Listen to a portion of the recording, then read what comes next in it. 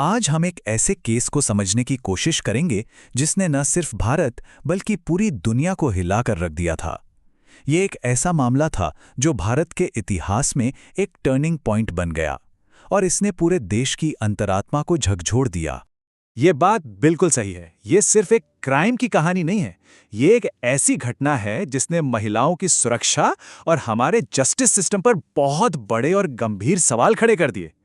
असल में इस केस का असर इतना गहरा था कि इसने पूरे देश को रुककर सोचने पर मजबूर कर दिया। चलिए इस पूरी कहानी को हम 4 हिस्सों में देखते हैं। सबसे पहले हम उस भयानक रात को समझेंगे कि आखिर हुआ क्या था।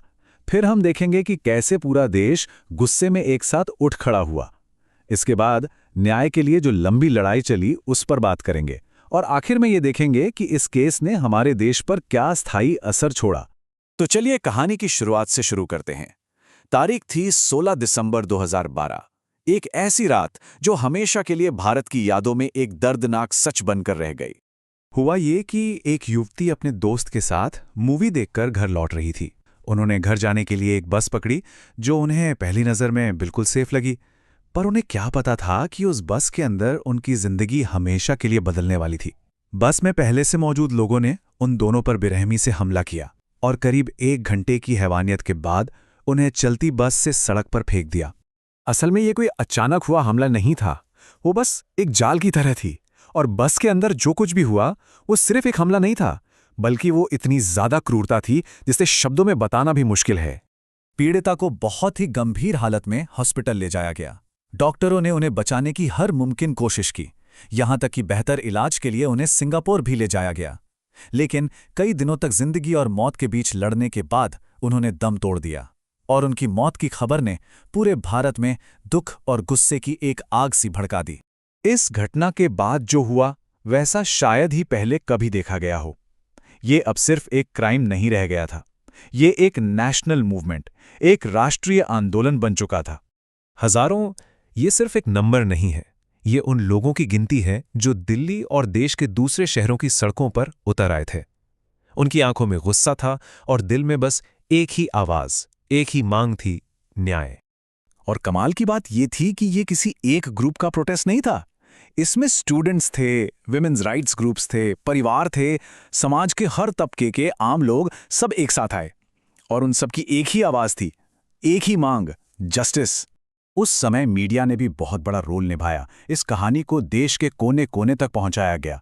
24 घंटे की कवरेज ने लोगों के गुस्से को और बढ़ाया, जिससे सरकार पर तुरंत और सख्त एक्शन लेने का बहुत ज्यादा प्रेशर बन गया। अब इतने बड़े पब्लिक प्रेशर के बीच पुलिस और हमारी न्याय व्यवस्था के लिए ये एक बहुत बड़ी चुनौती थी कि वो जल्द से जल्द न्याय दिलाएं। पूरे देश का दबाव था, तो दिल्ली पुलिस ने बहुत तेजी से अपनी जांच शुरू की। सबसे पहला काम था बस को पहचानना, जो सीसीटीवी फुटेज और कुछ गवाहों की मदद से हो पाया। इसके बाद एक एक करके सभी 6 सस्पेक्ट्स को ट्रैक करके गिरफ्तार किया गया और उनके खिलाफ मजबूत फोरेंसिक सबूत इकट्ठा किए गए। मामले की गंभीरता को देखते हुए इसे एक फास्ट ट्रैक कोर्ट में भेजा गया। आपको बता दें कि ये स्पेशल कोर्ट्स इसीलिए बनाई जाती हैं ताकि ऐसे गंभीर मामलों में न्याय मिलने में बेवजह की देरी ना हो।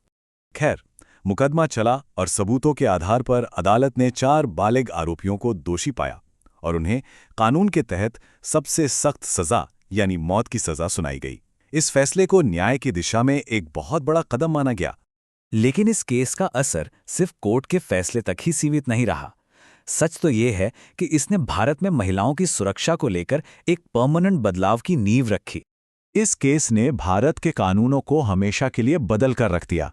अब देखिए, 2013 के बाद बलात्कार की परिभाषा को और बड़ा कर दिया गया।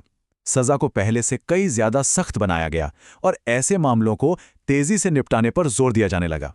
लोगों का वो गुस्सा और न्याय की मांग, उसका सीधा नतीजा थे ये सारे बदलाव। महिलाओं की सुरक्षा के लिए नए और मजबूत कानून बनाए गए और समाज में जागरूकता फैलाने के लिए देश भर में कई अभियान भी शुरू हुए। लेकिन शायद सबसे बड़ा सबक जो हमें मिला वो ये था कि सिर्फ कानून बदलना ही काफी नहीं है। असली बदलाव तो तब आता है जब समाज की सोच, हमारी मानसिकता बदलती है। महिलाओं की सुरक्षा सिर्फ सरकार की नहीं बल्कि हम सबकी जिम्मेदारी है। और आज भी जब हम इस केस को याद करते हैं तो एक सवाल है जो हमेशा मन में उठता है, क्या इस अपराध को रोका जा सकता था?